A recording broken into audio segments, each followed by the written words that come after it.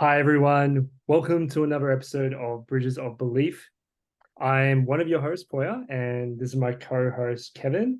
And yeah, today we are going to be talking about a very lighthearted topic, a very fun topic. Kevin, would you like to introduce the topic that we're talking about today? And by the way, guys, Poya was being pretty sarcastic there because the topic is actually suffering. And the reason why we wanted to do suffering, the goal for this topic today is that it's naturally something that we all face, whether it's in our health, our wealth, our relationships, our mindset. We all experience suffering. It's an essential part of being a human. We want to share with you some insights, some tools, maybe some stories that can hopefully empower you to do suffering a lot better and hopefully make life a little bit easier for you, because we know it's something that's really difficult to face, but we know with the right tools, life can get a lot easier. That's it. That's it. Cool. Now that we've done the goal, let's talk about the why. So, Poya, why is this topic so important? Why is this topic important? Well, firstly, Why is suffering important? why is suffering important? I think to kick us off, the harsh reality of life is that suffering happens. Suffering is a given. No matter what happens, you'll suffer in some sort of way, whether it's, you experience loss in your life, or you go through a breakup, or you're eating some ice cream and it melts and hits the ground, and then you waste like $7 on some gelato that looked really good, but now you can't eat it because ants are eating it. Or you start to record a podcast, you get 15 minutes into it, and you realize you're not recording. That's not from personal experience at all. It's just happened before that. But suffering is in life, and there's various degrees of suffering. Now, with that being said, there is a cost to not knowing how to overcome suffering, and that cost is that when we don't know how to overcome suffering, we become the worst version of ourselves. Think about how many people we know that have done awful things, suffered. I mean, there's that quote: "Hurt people, hurt people." Yeah. What happens if you don't know how to deal with a hurt? You hurt people, and then you continue. It Yeah. creates this ever-ending cycle. If we don't know how to deal with suffering, then we end up hurting people. We cause more suffering. The suffering just continues, and we can get into the minutia of it later, where there's like kind of external suffering, which is suffering that's caused to us that we have no control over. Even things like disaster, like weather disasters, whatever. But then you have like the suffering you're in control of suffering. But we'll get into that. But from a high level perspective, if we don't know how to deal with suffering, we cause suffering. Think of how much of like the destruction in the world is the result of people not knowing how to deal with suffering. Now, Yeah. the other side of that is the benefit of knowing how to deal with suffering is that you become the best version of yourself. Think of a lot of the greatest people in history. Tony Robbins, for example, within the kind of coaching space, right? That guy as Kevin knows, had a very hard life. And look at how many lives he's changed now. He changed Kevin's life. Even Kevin, Kevin has changed so many people's lives, has made people like so much like the best version of themselves. He's helped me be a better version of myself. And Kevin, if you don't mind me saying this, has suffered a lot in his life. And I've seen how that suffering has shaped him. And because he knows he's learned how to deal with it, he's been able to love people and actually minimize suffering in a sense. So I think if you know how to deal with suffering, ironically, you can actually minimize the amount of suffering in the world. Yeah. Yeah, Kevin, anything to add on? Yeah, absolutely. One of the things I really like that you said, if I was to sum it up, is suffering can really be either the thing that makes you or breaks you.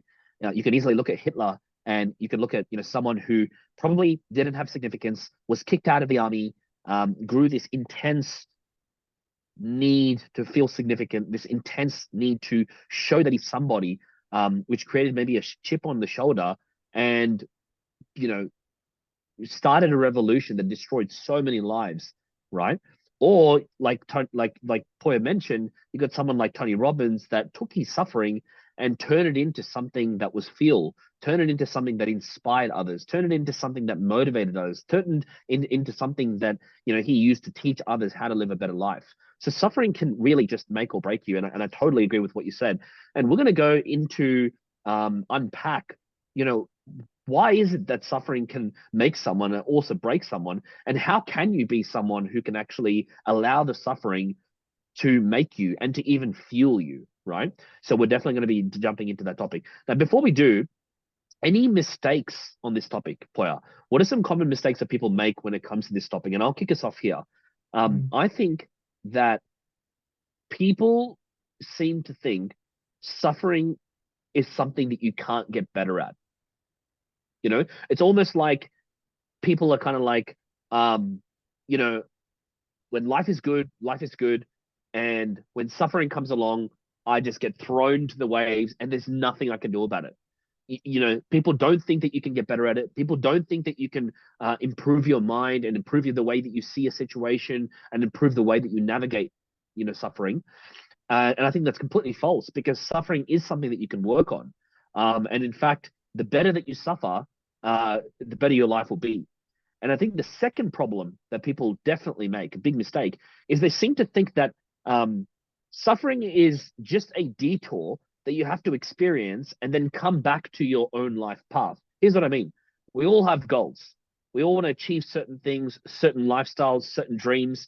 And we think that life is about walking towards these goals. And then suffering is just this little obstacle that you just have to, overcome so you can get back to life. But that's not true. Suffering is not something that you just do so you can come back to living. I think suffering is not in the way, it's actually on the way. Because if you look back at our character and who we are and who we've developed ourselves to be, that we're proud of, it's come from suffering. So I don't think it is a little detour that we have to overcome so we can get back to living. I think it is part of the journey of being a human and a part of the journey that helps us build our character better and more effectively so we can achieve our dreams. And the last point I'll add on this is, Alex Hormozy, he gives a great point on this. He talks about, everyone wants the character of strength. Everyone wants the character of perseverance. And it's like, if you look at someone who has those character traits, they probably wouldn't have a very chill life. They've probably been through some things. They've probably gone through some up and downs.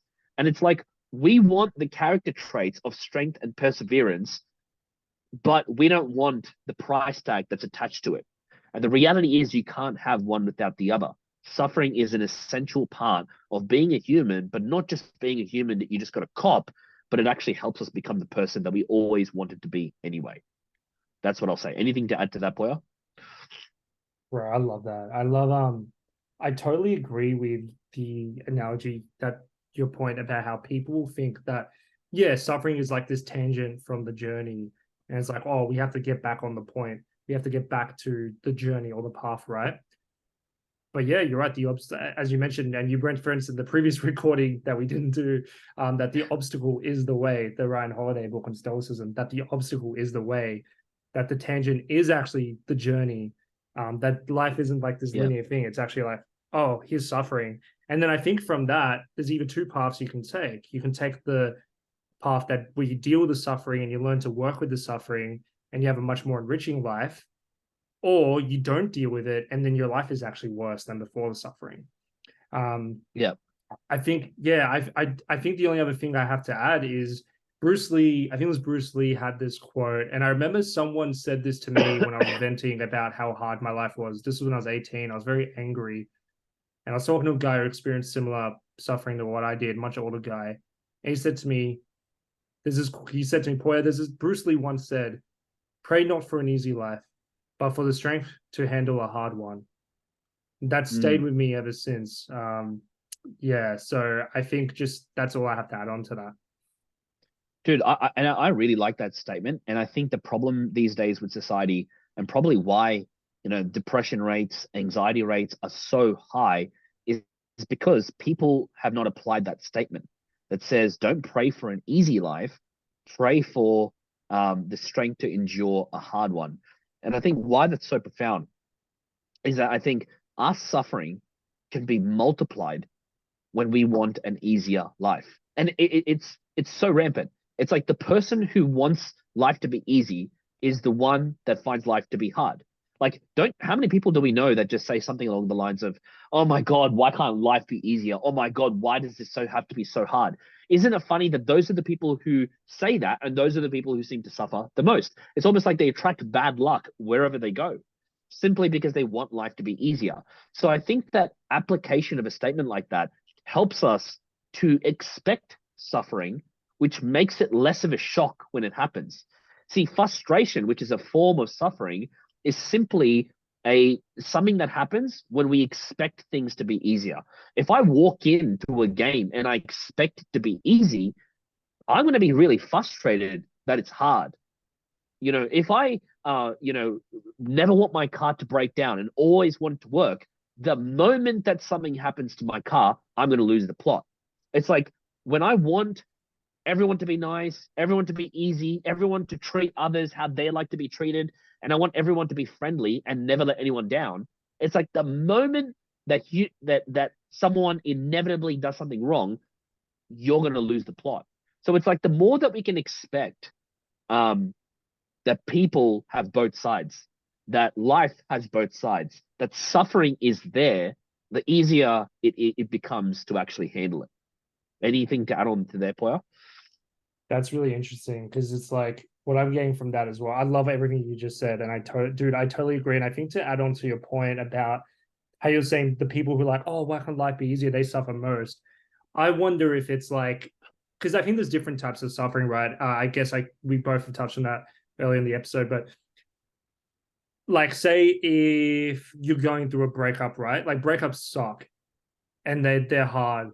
But the person who's like, oh, why does this hurt so much? Why does this have to be so bad? What they're doing when they complain is they're adding extra suffering onto the suffering of the heartbreak, right? Yes. And the person who's like, this sucks, but I'm going to be okay and I'm going to get through it. I'm going to try and learn from it and I'm going to do X, Y, Z and I'm going to feel everything. They're going to suffer, but they will actually suffer less and they'll probably recover more quickly from the suffering. Some people don't ever get over a breakup and they get stuck. Yep. And it's like Yep. this, it's quite tragic. And so I think, yeah, just to add on your point, yeah, it's like when we don't have a good attitude to suffering, we add extra suffering that's Yep. self-inflicted onto the Yep. external suffering happening to us. Yep. Yep. Absolutely. Which just makes the whole situation worse, bro. And I think it's really important for like anyone who's listening to know that not only is like dealing with suffering a reactive game, but it is also a proactive game. And like the our ability to deal with suffering proactively comes down to the expectation that we have. It's like if I walk into a business, I want to expect that it's going to be hard. I want to expect that it's going to kill me. And if I walk into it with that perspective, I'm going to be so much better off. It's like if I walk into a relationship going, "Oh my God, this is going to be easy. We're going to have um, great sex and everything's going to be nice and I'm never going to have arguments with this person and this person has to agree with everything that I say," then you're going to be in a setup for absolute disaster. So I think adjusting our expectations can help us not add that extra bit of suffering that you're talking about, right? So you said that brilliantly. Now, Paul, I want to now pin down something that we probably should have talked about earlier, but what is your definition of suffering? Bro, what is this is yeah. What is my definition of suffering? Just I guess just pain. Anything that causes pain. Yep. Um Suffering is anything that causes, Boy, can I read out the yeah. Google thing that I said and give me Yeah, any yeah. thoughts you have on this? This is the definition I found. Tell me if this kind of difference between suffering and pain. So I'll read this out and tell me what your thought is. So pain is a physical sensation or signal indicating an event within the body. Suffering is the interpretation of that event and involves thoughts, beliefs, and judgments. Much better definition. Yeah, yeah. What So, yeah. so now share this with me, Poya. If that's the definition, pain is something you experience within the body. Suffering is something that you can perceive with your beliefs, with your attitudes, with your emotions that can make the whole situation worse.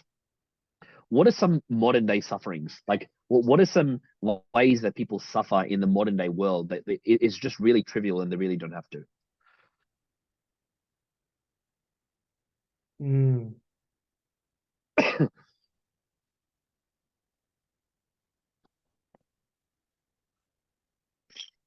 I think I want to be careful with this one, but this one just comes to mind. And this is something I've struggled with, but it's like perceived disadvantages. So, Mm, for example, I think I used to really struggle with like, I used to have this belief that because of the color of my skin, things were harder for me, right? And I think there's mm, situations where that is the case. I think in the US, there's definitely a lot of like availability with like how black people were treated and stuff like that. There's a lot of like hardship they face because of their skin color. Um, and I think even in Australia, right? Like I've definitely experienced racism. I know you have, and the way like Indigenous people have been treated as well. But I think what I mean by perceived, I guess, disadvantages is I think people can sometimes base their identity in that and also over exaggerate. So for me, for example, I really thought that the world was against me because I was a migrant, because I was Iranian, Persian. And what that did, it shaped my view of how everyone talked to me and how people treated me. Like if someone asked me where I was from, I mm, would get like a little bit offended. And it's just like a yeah. dumb thing. It's like no one's trying to be offensive. They're actually trying to connect with me. Mm, Sure, you could make the argument they could be more sensitive, but if you're like a 60-year-old Anglo-Australian, you're not gonna like you're gonna have a different and like the fact that you even don't care that I'm ethnic is probably a better like shows you're not racist.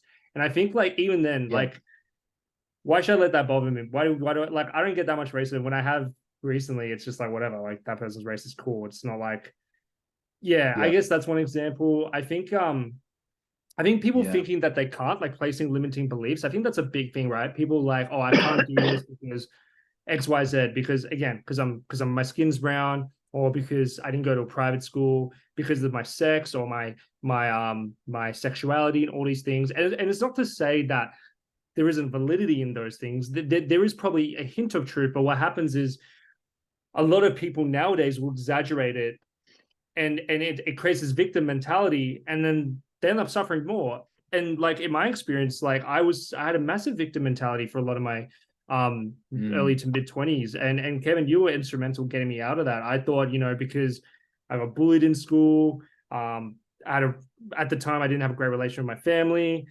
because I may have had some mental health things that I was struggling with at the time, all this stuff. That's why I couldn't be successful and I mm, suffered. I didn't take advantage of opportunities. I didn't. I was just wasting away.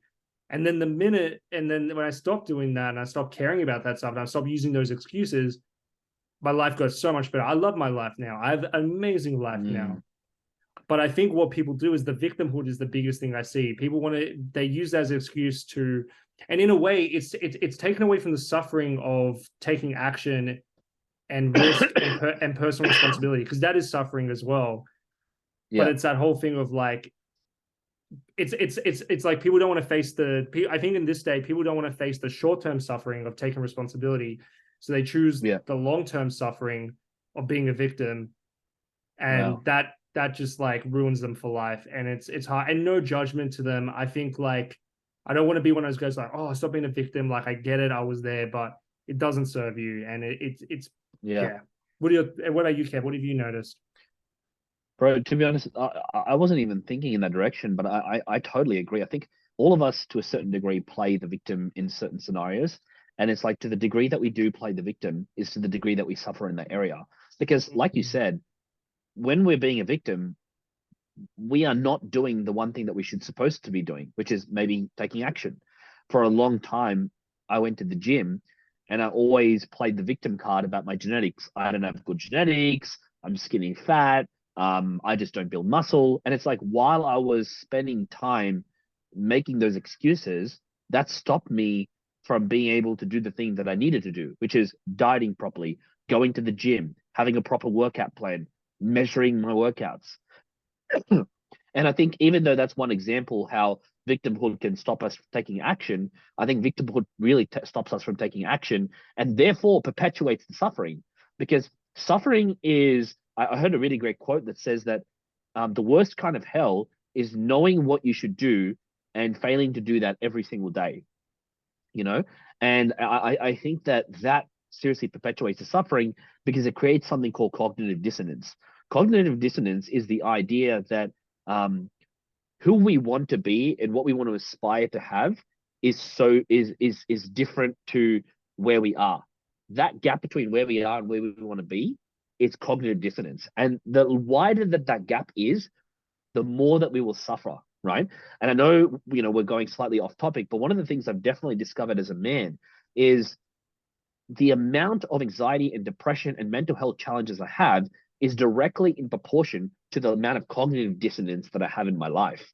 So it's Mm. like, while I am a victim, while I am complaining about how my life is not where I want it to be, while I'm complaining about my situation, while I'm blaming someone else and essentially just being a victim, I'm perpetuating my suffering by increasing the cognitive dissonance by not taking action.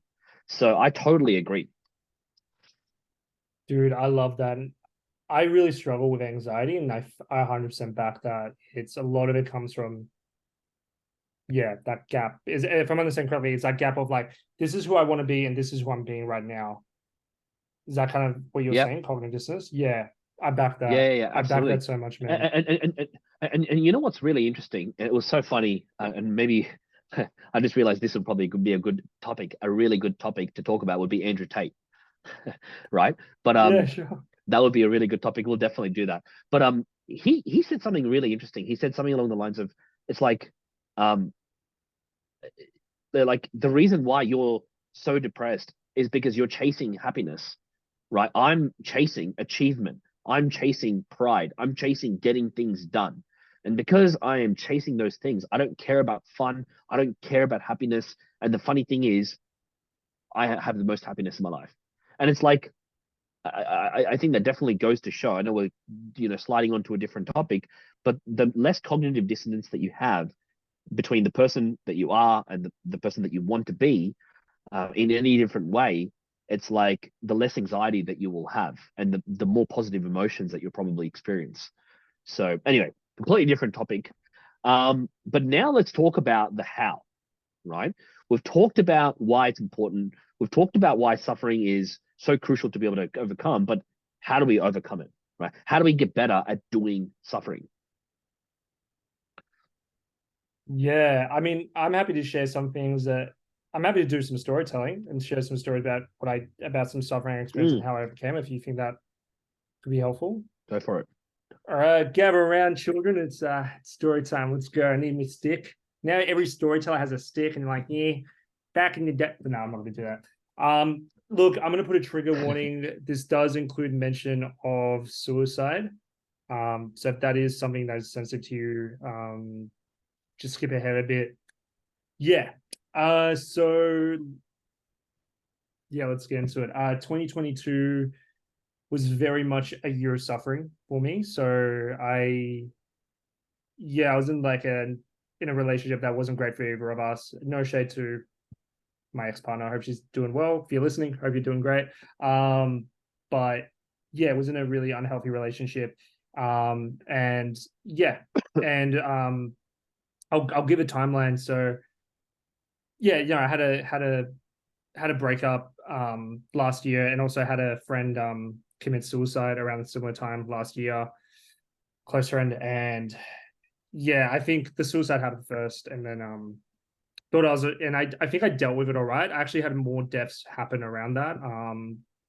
Out of privacy for Mm, my friends, I will not share. But yeah, I had actually a family member of mine and my friend died on the same day. I found out about my friend a few wow. days after. Found out through about the family member on Instagram right before a work meeting, so that was fun. But yeah, and then every week after that, so two more people died after, and that was a week after. So a week after that, someone else I knew, someone else in my life died, family member, a close friend, and then another time someone else died, and so it was just a lot of death, and it sucked. And yeah, I remember at the start, I was like, all right, cool, this is happening. I need to have a game plan, but I need to feel what I'm feeling. I booked Skype sessions, reached out to my friends like Kev, and met with like, some chaplains and from work and stuff like that. And I was actually doing all right. I was actually being talking about it with people, and I was doing all right. So it was a few months of that, and then I had a breakup. And I think that kind of like really pushed me over the edge. It was good that it happened. It needed to happen. It wasn't a good relationship for either of us.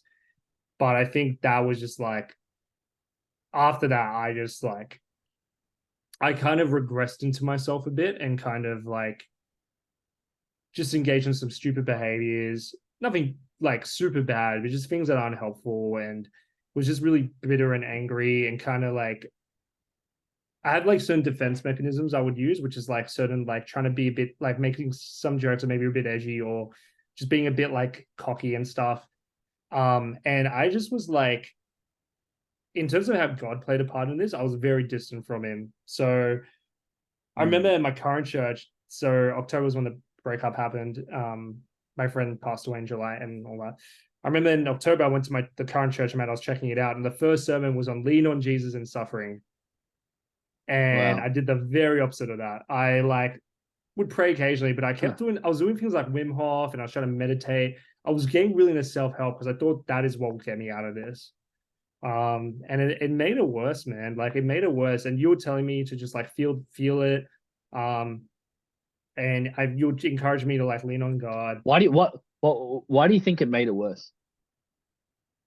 because I was relying on my own strength. It's like here's a potion you can drink that will heal you. If you drink it every day for maybe 3 months, you'll be better. And then here's another potion that actually won't that may help you a little bit, but it won't actually fully heal you. But Yeah, for some reason, yeah. I chose the other potion. The other potion is Mm. self help on its own. The good potion was God. And Yeah. man, I just like I really was just there was a wall up, and I was trying to get into jujitsu and stuff and like fitness, and it was helping, but it didn't yeah. And I think the first thing that I noticed that helped was just complete surrender and dependence on God.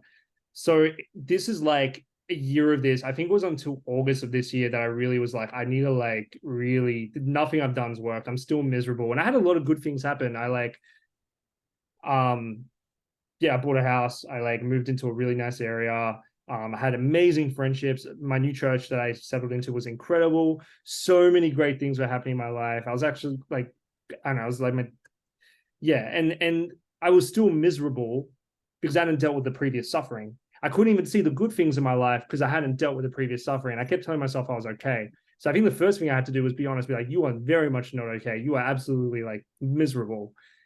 The second thing I did was like, man, I need to like just pursue God relentlessly. So I remember what I Yeah. did. I just stopped listening to like any secular music or podcast for like 2 weeks and just worship music, Christian stuff for 2 weeks, pretty much 2 weeks straight. And man, it just like, and I would just pray whenever I got sad or upset or angry. I would just pray, and I would be dry. I'm like, God, I have no idea what I'm doing. I'm angry, and I'll be like, I'm pissed at you. I'm really angry at you. I'd even swore at him, and then I apologized for swearing at him. It was a whole thing, but I was just constantly praying whenever I felt low. And I don't know. Sometimes you feel it, sometimes you don't. But it's like over time, I noticed my heart started to change and soften. And that's the first point I have for dealing with suffering. It's not my strength, but God's regardless of you're Mm. religious or not, I really don't think you can do it on your own. You need a higher power. We're both Christians, so we believe in our God. I think he's pretty cool. I think you should check it out. But I would not have got through this without God. So that's one. Now, so Yeah. so just before you go to part two of that story, because I know there's so much more there, I do just want to talk about what Mm, Poyas talked about in terms of the actual technique and why it works, right? So as I'm a life coach, all I do is just pick apart at things and go, why does that work, and why is it so effective? And this is what I've discovered. So what I discovered was um, that the first step of Alcoholic Anonymous is to surrender to a higher power, right?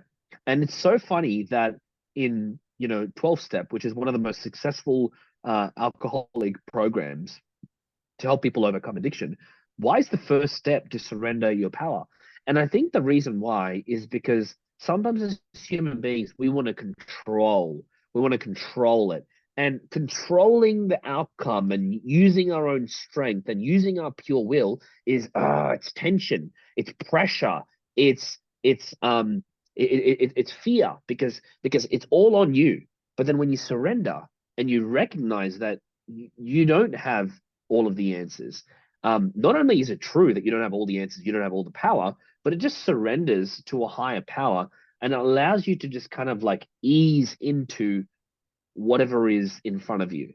Because I think when you're trying to control and you're coming from a place of pressure, you're coming from a place of controlling something, um, it actually elevates more cortisol in your body, right? It creates more stress and it makes you seek any type of addiction anyway, right? Because when you're stressed, you go into the animal mind, which seeks pleasure and wants to avoid pain.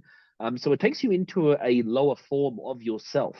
So that's why I think being able to surrender to a higher power is not only true, but it helps you relax. And when it helps you relax, usually we've all had situations where sometimes we want something so bad and then we relax and all of a sudden we end up getting that thing. And I think this is the kind of same mechanism playing out. So for anyone who's listening, I think the first thing is to realize that you don't have all the answers.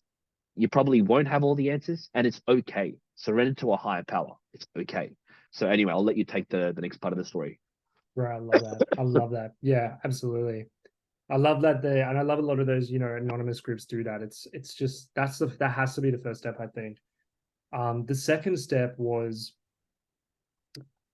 and this is an interesting one. It's maintaining. I got this from a guy called George Mack, which he did a podcast with this guy called Chris Williamson, which Kevin sent to me. And he says, whenever I feel my software is going wrong, I check my hardware. So whenever I feel my mental state going wrong, I check my body. Have I had enough sleep? Have I eaten well? Have I been exercising? Things like that. I started to review my hardware more. And I was like, man, haven't been eating enough. Haven't been sleeping very well. My rooms and my body, I'm in pain because I haven't been stretching. I haven't been gymming. Haven't gone to jiu-jitsu. Haven't gotten Yep. sunlight. Haven't been hydrated. All these things, right? So of course my brain's gonna be like, Yep. you got to maintain the hardware to maintain the Yep. software. That's so massive. Yep. And Yep. if you're able to, I recommend jujitsu. It just shapes. It's so good for fitness, but the way it impacts your brain and teaches you to deal with stress and problems in life with a more methodical way, and the way it humbles you and increases your pain tolerance.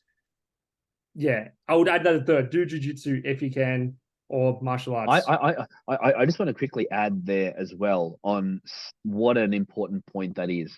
Because sometimes I think when we're going through the thick of suffering, it's like we completely ignore the hardware. And it's like the studies are ridiculous. If you even lose 30% of quality sleep, you're going to be way more moodier, way more stressed, way more frustrated, way more irritable, struggle to focus. So your entire experience is going to be 10 times worse simply because you're lacking the hardware. It's like, and this is why I think it's important to check what I call the Holy Trinity.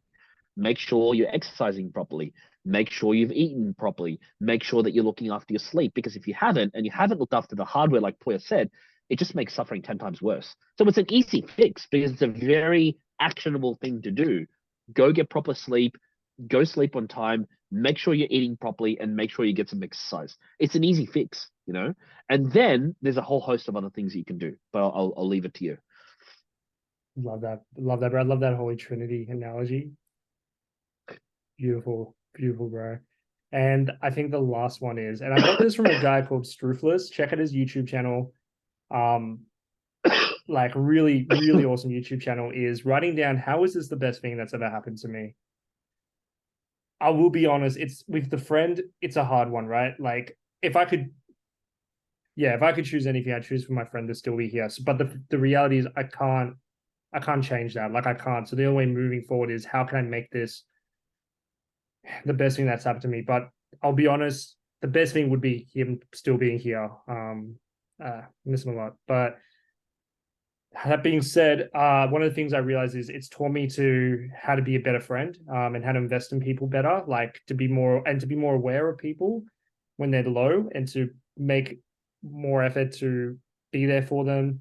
It helped me to realize And like knowing you, I'll definitely say that you have ever since that time, you have been so much more sympathetic, so much more, you could say present as soon as you hear that someone is low, and you really pay attention to all the signs and even if I display a little bit of sadness or a little bit of a low mood, you're instantly on the ball. You instantly catch it, and you're instantly asking me questions to kind of help me further. And I noticed that definitely happened after what happened with your friend. So it's like, yes, I get it. Like it's a very sad thing that happened, and it made you so much more caring as a human being. And it made you so much more effective at knowing people's emotions and probably even knowing more about yours. And it gave you another story so you can actually serve people and inspire other people with. So I think to go back to your point, it sucks. But one of the things I've definitely discovered is the more ways that you can see how it serves you, whether they're lessons, whether they're opportunities, whether they're skills, whether they're traits, however it serves you, how many more reasons you see that it serves you is how much more effectively you're going to be able to deal with it, right? Tony Robbins says that your ability to see how the worst thing that happened was actually the best thing that ever happened to you is your ability to handle suffering. And DeMartini says it's not your ability, it's your ability to recognize how your suffering and your obstacles are on the way and not in the way, right? Your ability to be able to see how everything was perfect, divine, and right on time is your ability to be able to handle suffering, right? Um, when it comes to suffering, there's a really great quote by Eckhart Tolle that says that when you're faced with a situation that you don't like, we got a couple of different options. Number one, you can remove yourself from the situation, right? If I don't like, my work friend, I can remove myself from the place. I don't have to work there. Number two, I change the situation. Maybe I have a conversation with that person that I don't really like or I'm not really getting along with, right? But if you can't remove yourself from the situation and you can't change the situation, then the third option is to accept it totally. Mm. But here's the thing. I think that quote often stops there, but I want to expand on that. The reality is some things are just hard to accept, and we're forced to accept things all the time that are difficult. The frustrating boss, the difficult financial situation, the difficult health problem, the fact that we can't you do the things that we know we're supposed to do, um, all sorts of problems. But the way that you accept it is to recognize how it serves you. Because here's the thing I'll say to you.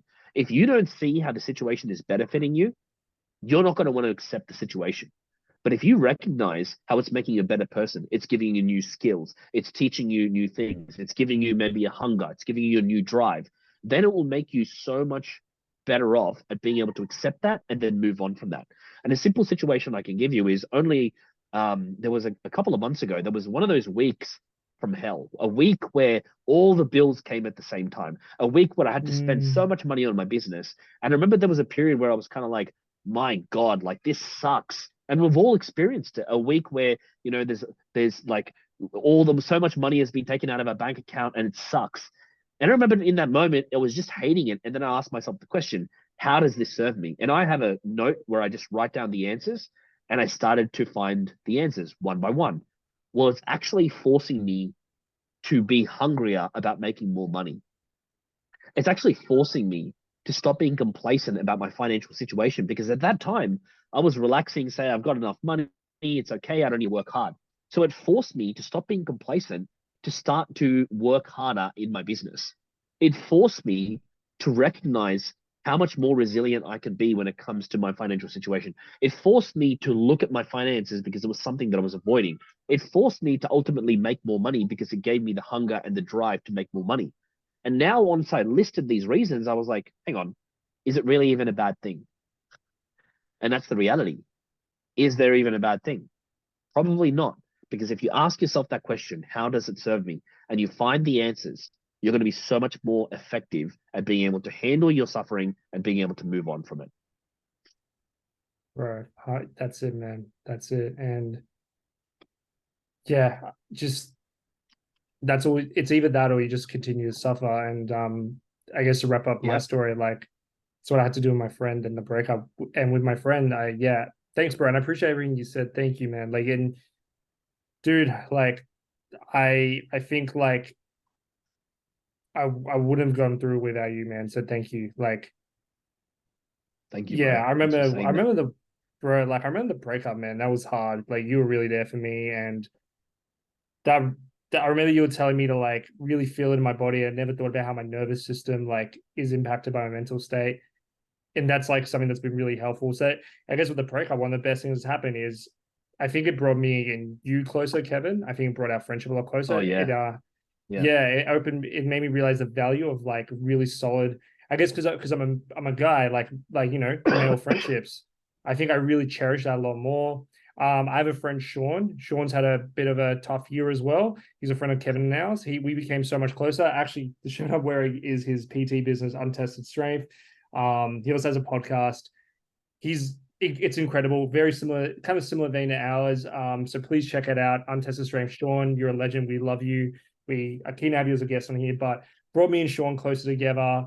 Um, it helped me realize, and I think it was better for her as well. Like we weren't good for each other, and I think we were holding each other from being a better version of ourselves. And I think it was good. We were free to kind of go on our paths. It led me to buy a house. It led me to move churches. It led me to move into an area I love. It led me to this podcast. Wow, I don't think I even would have started this podcast and then go through that breakup. My wow. coach, Matt, you are amazing. I freaking love you, bro. Men with Manners. Check him out on Insta. We're gonna get him on a guest on here at some point. Incredible guy. He's exactly the masculine model that we need in this current world, but more on that another time. But I wouldn't have the coaching that I have with Matt. I wouldn't have the relationship I have with Matt if not for him. I wouldn't have made. Yeah, there's a few things I've been doing this year which I'm not going to share here that are cool, but I want to. Yeah, maybe one day. But I wouldn't be doing those things. I wouldn't be doing those things if none of that suffering happened. And I think Yeah, wow. I have this so much. I have a much richer relationship with God. And I think one thing I've always struggled with is rely on my own strength. And only within the last few weeks, I've really learned to just like surrender to God and lean on his strength and have humility in my own ability. None of that would have happened if not for the breakup. And Yeah. so it's like I wouldn't be doing jujitsu as well if not for that. The reason I did jujitsu was I was at the gym with Sean and I was really depressed about everything that happened. This was January. He's like, bro, come to jiu-jitsu. I'm like, oh, I'm gonna wait till I move out. It'll be soon. End up being months later because of the rental market. But he was like, bro, just come tomorrow. I'm like, all right, you know what? I will. I love jiu-jitsu. I love it so much. Like Kevin can attest, like Kevin's been doing it recently. Oh It's yeah. that is how you overcome suffering. One of them is jiu-jitsu, go on jiu-jitsu. But none of that would have happened. So that's my thing. Kevin, you have so much. You have so much And I'd like awesome to play. say, Yeah. I'd like to say as well is sometimes, when I look back, you mentioned so many things happened from the breakup. It's like you became more resilient. You started jujitsu. You started meeting certain friends. We got closer. You probably started the podcast. But it's like sometimes you even don't realize the fact that you went through suffering, right? That helped you find jujitsu, which also helped me find jujitsu. So it's almost like so many things that you you suffer with. Not only is it impacting you, it's also impacting the people around you, right? And I think it's so powerful to know what a difference our own suffering can make. And we stop looking at it as a detour that we have to face and overcome and come back to our lives, but we start seeing it as something that's on the way, not in the way. And I think that's a very powerful perspective to have. So just to finish off, there's a couple of things that I'll share in regards to my toolbox of dealing with suffering, and I'll quickly go through that. Number one is having a reason to overcome. Um, Mm. if you were if I said to you, anyone is listening, I want you to make an extra 20K, 30K this year, you'd probably, be like, oh, I don't know if I can do that. But if I put a gun to your family's head and I said, they're going to die unless you're going to make that money, then you'd be so much more confident because all of a sudden there's a stronger reason why. Okay. There's a way. There's a way that you will find simply because the why is so strong, right? So you need a reason to overcome. And I think it might be even important to write that down. Is it for your family? Is it for certain accomplishments that you want to make? Is it to prove certain people wrong? Is it to inspire other people? The more clearer that you get about your why and your reason to overcome, the easier it is to overcome. The second thing is being able to see the benefit, which is what Poya mentioned, your ability to be able to ask that question and get as many answers as you can, which is how does it serve me? The more benefits that you see, the more ways that you see how this suffering is serving you, the more empowered of a mindset you're going to have, because you're going to stop looking at the situation like like a problem, and you're going to start to see it as something that's serving you, right? And the third thing that I'll say is exposure therapy, right? There is a reason why they say the quote that the more that you hurt in practice is the less you bleed in war, right?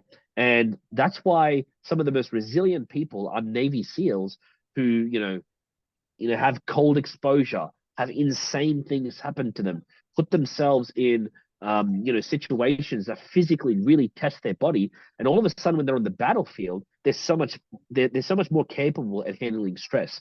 Sometimes we forget when it comes to suffering and stress, it starts as a mental perception, but it ends up we experience it in our bodies. It's a physical thing that we're experiencing. Stress is a physical thing. So the more that we expose ourselves to stress and get used to it and condition our body with being able to handle it, the more effectively we're going to be able to deal with stress. So three things: reason to overcome, being able to see the benefits, and exposure therapy. And the last one I'll say is what Poya mentioned, is your ability to surrender to the outcome and let go and let God. That's all I have. I love that, bro.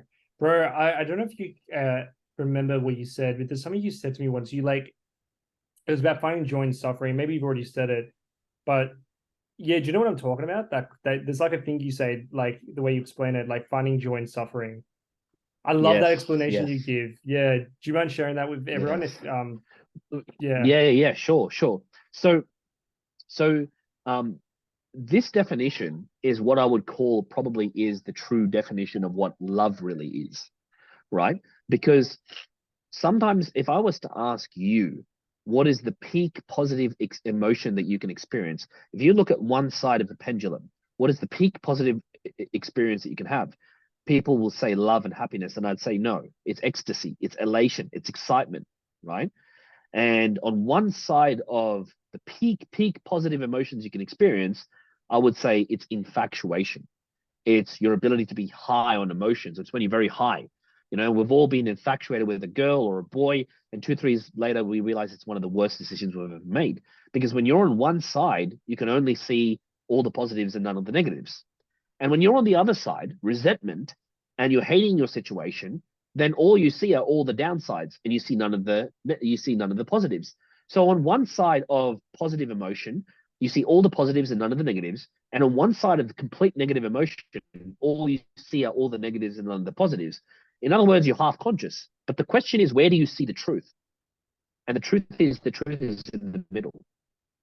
It's love. Because when you think of two people who are getting married, they say in sickness, in the negative, and in health, in the positive. And you think of maybe you have a dog or a pet, and it's like they crap everywhere. There's a lot of negatives you experience, but there's a lot of positive you experience through the dog.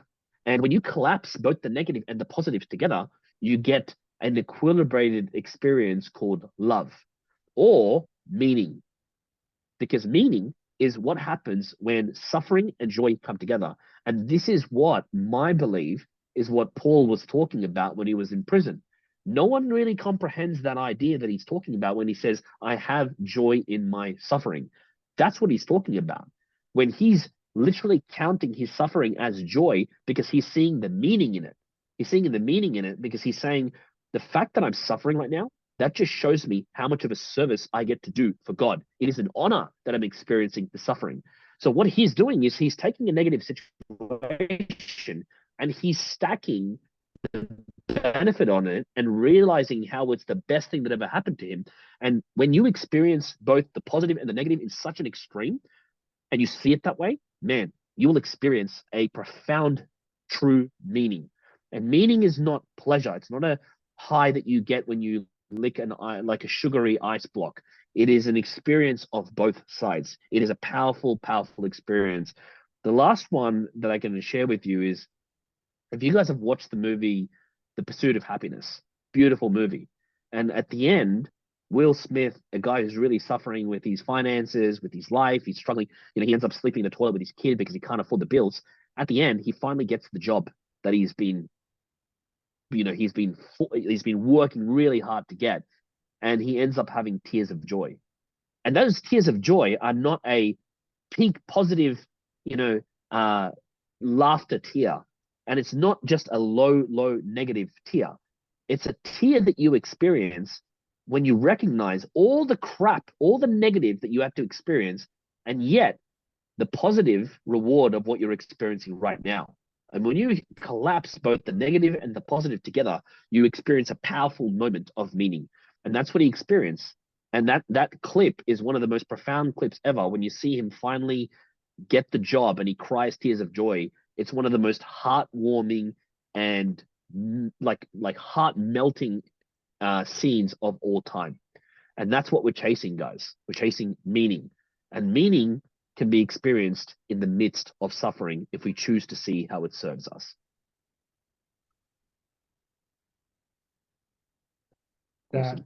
that was just, I don't even have words, bro. That was incredible. I think I'm happy to end it there. That was that was masterful. Was there anything else you wanted to add, Kevin? Or Nah, all good, man. uh,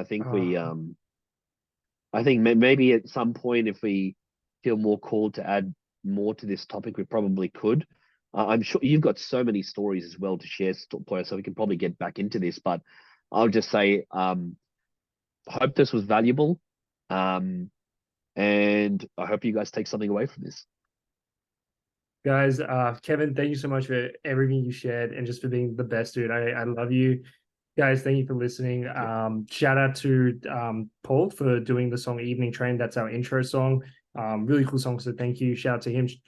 Yeah, there's a link in the show notes to his music and all that. Check it out. Yeah. We'll catch you next week, guys. And yeah, if you are suffering, I hope you're dealing with it better, and don't be afraid to reach out to people for help, and you will be okay. Yeah. Lean on God. Um, yeah, hopefully there's stuff here that's helped you and you'll be okay. Love you guys. Peace. Thank you. Love you guys. Bye.